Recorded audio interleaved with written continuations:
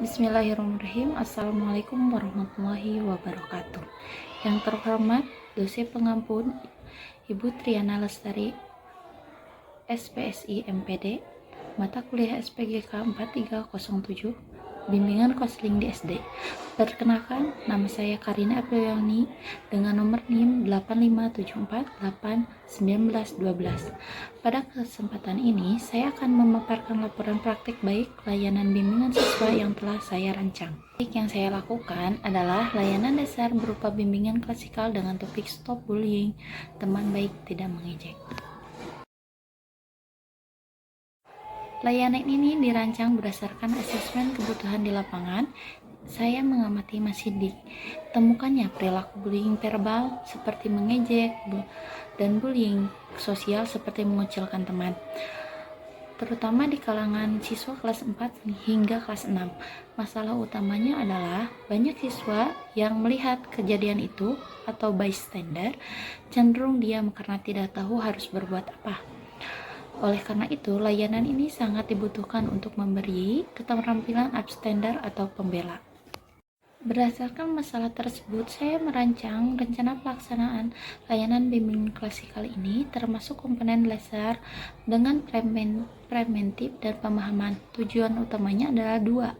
Pertama, agar siswa memahami pengertian dan arti bullying, dan kedua, yang terpenting agar siswa mampu mengetahui cara menjadi abstainer yang berani menjadi membantu temannya. Agar tidak membosankan, saya menggunakan metode yang bervariasi, yaitu saya memulainya dengan ice breaking positif. Siapa temanku hari ini?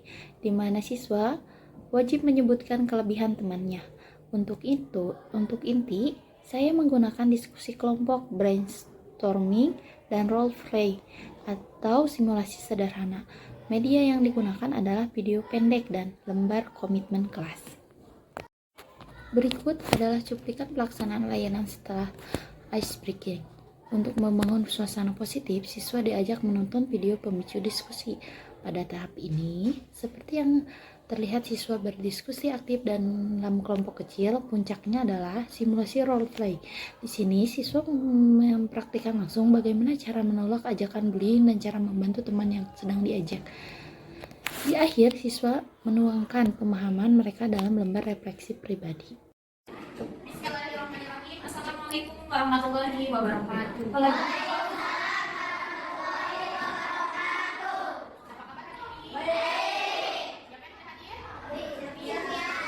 Abi, Apa kalian tahu apa arti bullying? Kita belajar tentang bullying ya hari ini. Tahu nggak arti bullying apa? Hah?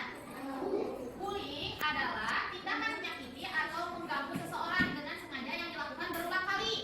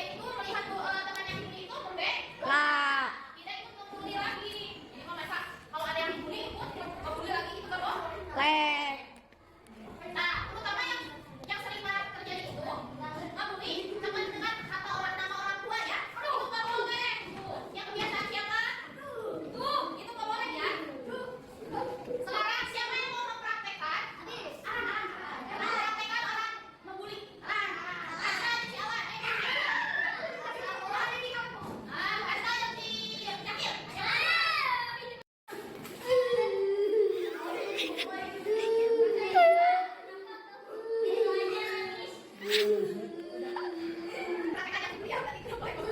Sekarang melihat video singkat ya tentang bullying.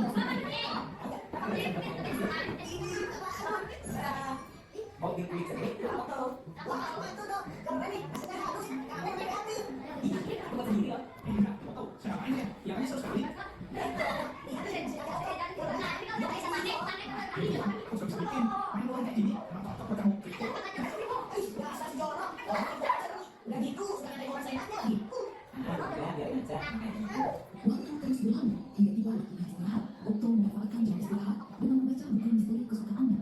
Saat sedang membaca, tiba-tiba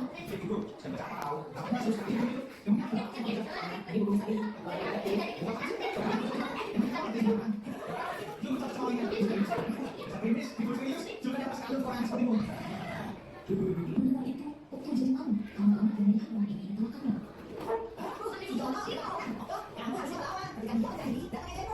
Aku bener, dan dia kan besar, tapi dia apa-apain. Lagian, paling dia cuma besar aja. Teman-teman itu tetap menasihati Otto untuk lebih tegas lagi jika ia kembali menjadi anak. Hari demi hari, ternyata Jono tidak berhenti pun. Apa yang diambil dari video tersebut? Hah? Harus membela nih? Kalau dibully harus melawan mana? Kan? Guru. Kalau dia harus belajar mampu. Sekarang kita mengisi ini sebentar ya. Maju,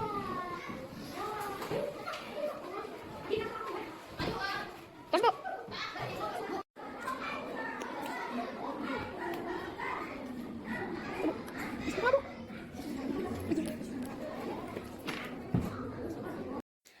Untuk evaluasi, saya mengacu pada standar ini. Untuk evaluasi proses, saya mengamati antusiasme siswa yang sangat tinggi, terutama saat ice breaking dan role play. Untuk evaluasi hasil, saya menggunakan 3 cara sesuai RPL saya. Pertama, pemahaman melalui tanya jawab lisan, siswa terbukti mampu menyebutkan contoh bullying. Kedua, siswa melalui sikap melalui observasi role play, siswa mampu menunjukkan empati. Dan ketiga, tindakan melalui lembar refleksi, siswa terbukti dapat menjelaskan langkah-langkah menjadi upstander. Dari praktik ini, lesson learned adalah atau pelajaran berharga yang saya dapatkan adalah: pertama, membangun iklim positif di awal sesi melalui ice breaking. Mencari kelebihan teman sangat efektif untuk topik anti-bullying. Kedua, metode role play sangat berhasil membuat siswa merasakan dampak bullying dan melatih keterampilan sosial mereka secara nyata. Dan ketiga, konsep upstander jauh lebih memberdayakan siswa daripada kita hanya sekadar melarang mereka menjadi bystander. Demikian pemaparan dari saya. Terima kasih atas perhatiannya. Wassalamualaikum warahmatullahi wabarakatuh.